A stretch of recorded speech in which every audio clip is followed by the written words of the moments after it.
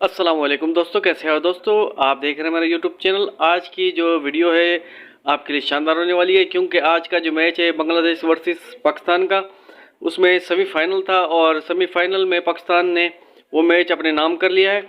और आपको मुकम्मल डिटेल के साथ बताएंगे। सिर्फ आपने छोटा सा काम करना है, हमारे चैनल को सब्सक्राइब करना है, बेल आइकन प्रेस करना है और ऑल पे प्रेस कर दें ताकि हमारी हर वीडियो आप तक पहुंचती रहे। तो दोस्तों, आज की जो वीडियो है वो वीडियो ये है कि पाकिस्तान ने बांग्लादेश को सेमीफाइनल में हराकर फाइनल के लिए क्वालिफाई कर लिया है और पाकिस्तान वर्सेस न्यूजीलैंड का फाइनल होगा। और शानदार बैटिंग का मुजाहरा किया। बाबर आजम ने 37 बॉलों पर 55 स्कोर बनाए और मोहम्मद रिजवान ने 65 स्कोर और नवाज ने 3 छक्कों की बदौलत 35 रन बनाकर पाकिस्तान को मैच जितवा दिया। बाबर आजम और मोहम्मद रिजवान ने 4 बड़े रिकॉर्ड भी तोड़ दिए हैं दोस्तों। और पाकिस्तान वर्सेस न्यूजीलैंड का फाइनल कल सुबह 7 बजे खेला जाएगा।